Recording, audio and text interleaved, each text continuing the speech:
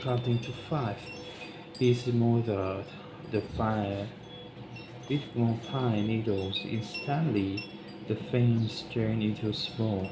Then, as the flames flamed again, he piled he plied on several heavy armloads of stroking leaves gathered from beneath a freshly weathered late hedgerow nearby.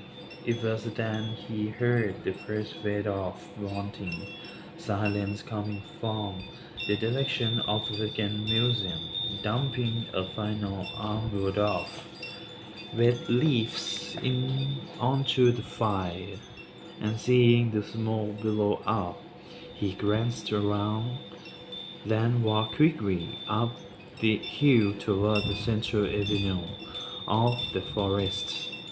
Elena stared blankly, blankly ahead, waiting for the elevator to stop. She tried to nod. She tried not to hear the silence or think of the anxiety of the people or the damage the smoke might do. Not the priceless, a little, if any, Father Daniel had told her. Then she realized the elevator had stopped and the doors were opening. As they did, the smell of smoke mixed with a clang of warning bells and shrieking,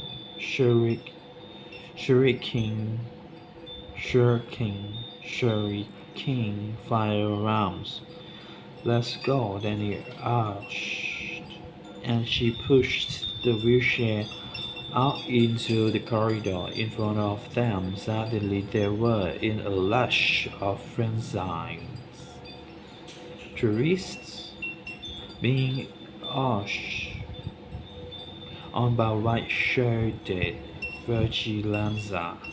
The doors at the far end, Danny said. "All right," Irina said. She could feel the adrenaline pump through her as she moved the wheelchair forward through the grammar and thickening smoke. Abruptly, and for no reason, her thoughts went to Harry and how he had looked at her without saying a word. Just he and Hercules were within the apartment in the early morning darkness. It was a look not of concern or even fear, but of love, deep, even profound. There was no real way to describe it, except that it had been there and it had been for her, and it would stay with her for the rest of her life, whatever she was and no matter what happened. "Out here," Danny said suddenly. The urgency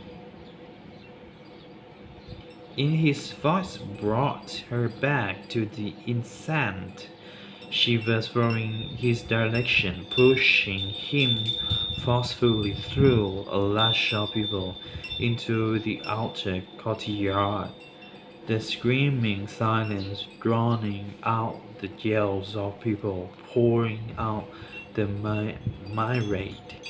mi- the myriad of doors right along with them. She could see Danny opening the camera bag, taking out the oil rash. Then three mesh books whose covers had been inserted non-filter non-filter cigarettes that would act as fuses, and then the covers chucked, tucked back in again to hold the cigarette tight. Over there, he was indicating the first of three large thrust receptacles, each 20 yards apart. Smoke was now drifting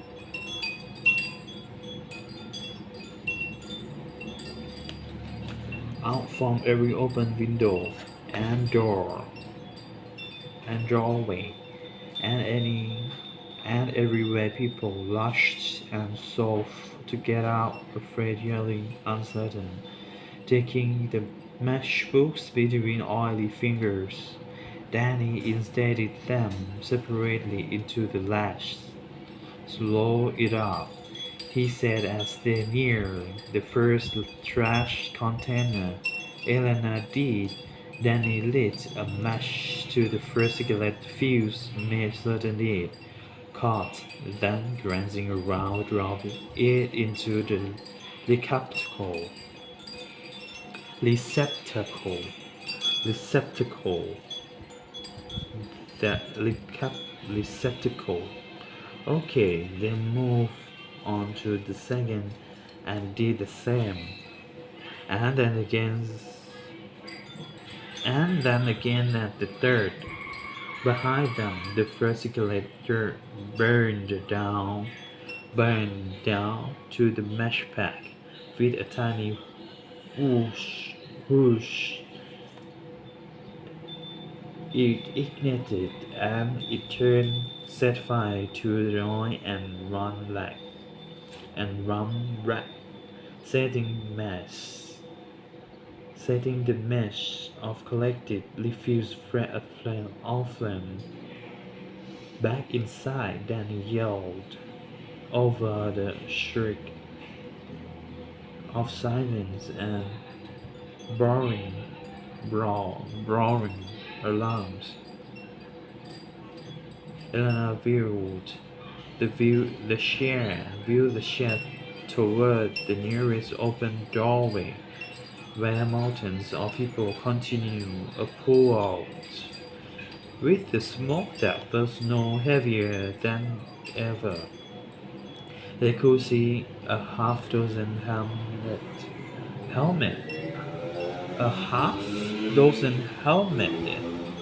as carrying and rubber jacketed, virtually the full Oko, were vigilantly there for Oko, Vatican 5 men, running along the edge of the roof above them looking for frames. It meant that as yet they had not discovered the source of the smoke. Now one of them stopped and pointed and yelled something. They saw others stop, too, and look in the same direction. And they knew the other trash containers were burning as well. Now they were at the doorway. Scusi, Elena yelled at the crowd, forcing the wheelchair into their midst. Miraculously, enough of them moved out of the way for her push through, and then they were inside, pushing along an interior hallway, moving with a river of people going that way. Everyone saw Father Daniel pull the cell phone from his shirt pocket and dial. Harry, where are you? Top of the hill, number 2 is burning. Harry was moving quickly through a heavy growth of conifers toward the northwest corner of the gardens, trying not to think that it was working, and that only 3 of them were doing it. Granting surprise and determination of the individual Danny had emphasized over a word at the heart of any successful guerrilla guerrilla action, and so far he was right. 50 yards behind him, he could see the towers of Vatican Radio.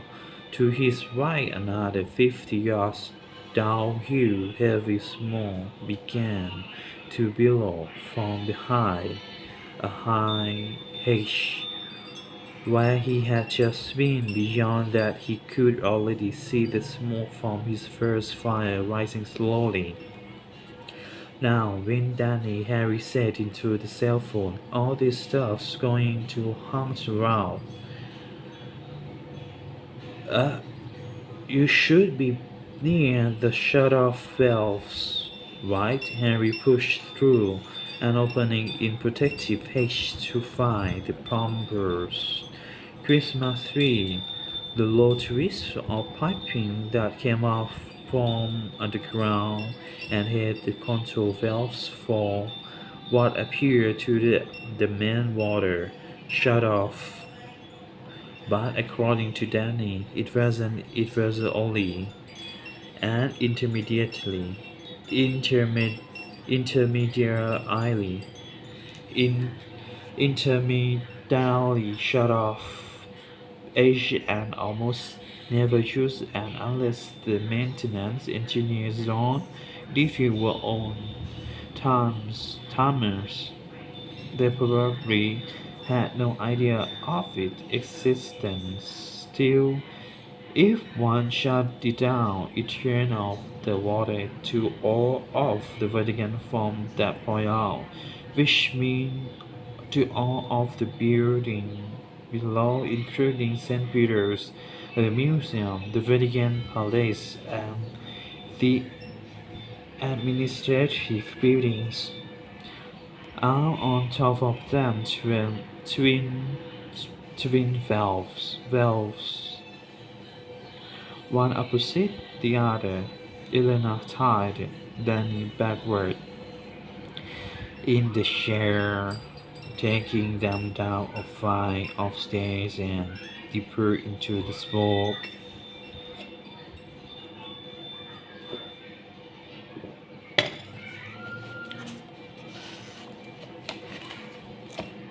How badly trusted, how badly rusted. Danny coughed strong against the smoke. Can tell. Harry's voice crackled through the phone. Elena stopped at the bottom of the stairs and opened her crown camera case, coughing, wiping her tearing eyes. She took out two dum, dum, dampened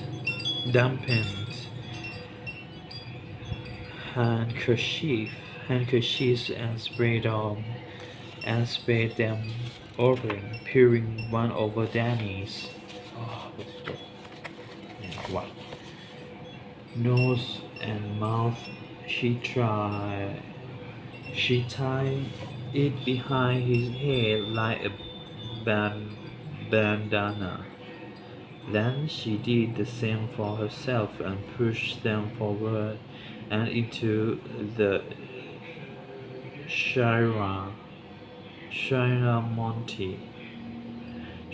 Monte gallery of sculptures, the portrait bust of Cicero,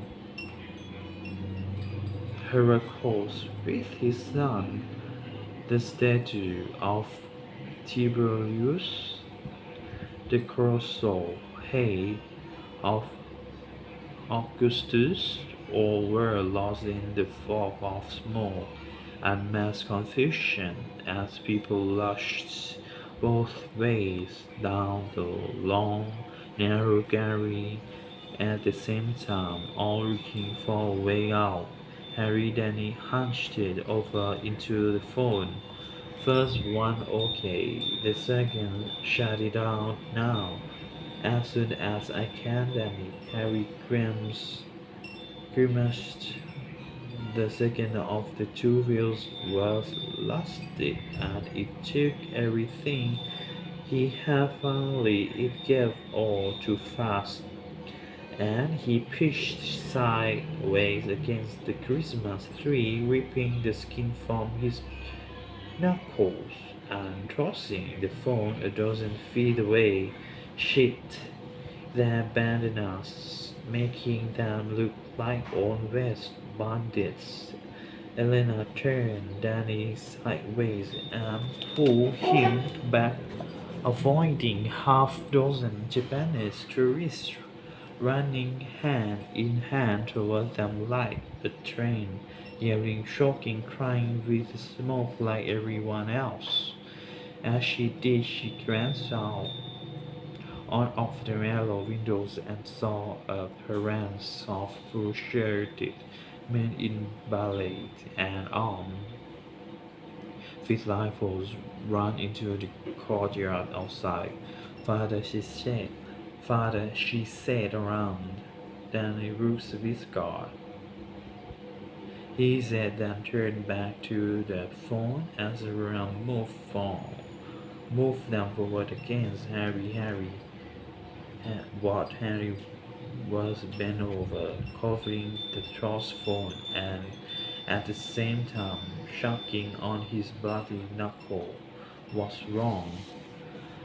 The fucking water's off okay. Then he put up a hand as they reached the far end of the gallery. Elena stopped the wheelchair.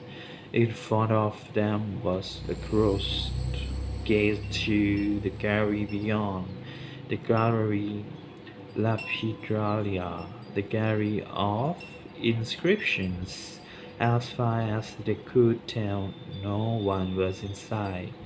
For the first time, they were alone. The crowd rushed, the panic moving in the opposite direction. I'm going for fire. 3. Are you out of there? Harry's voice came through the phone. 2 more stops. Hurry the hell up. The Swiss Guard. The outside in force. Forget the last 2 stops. We do your Havel and the Swiss Guards all over you. Then stop talking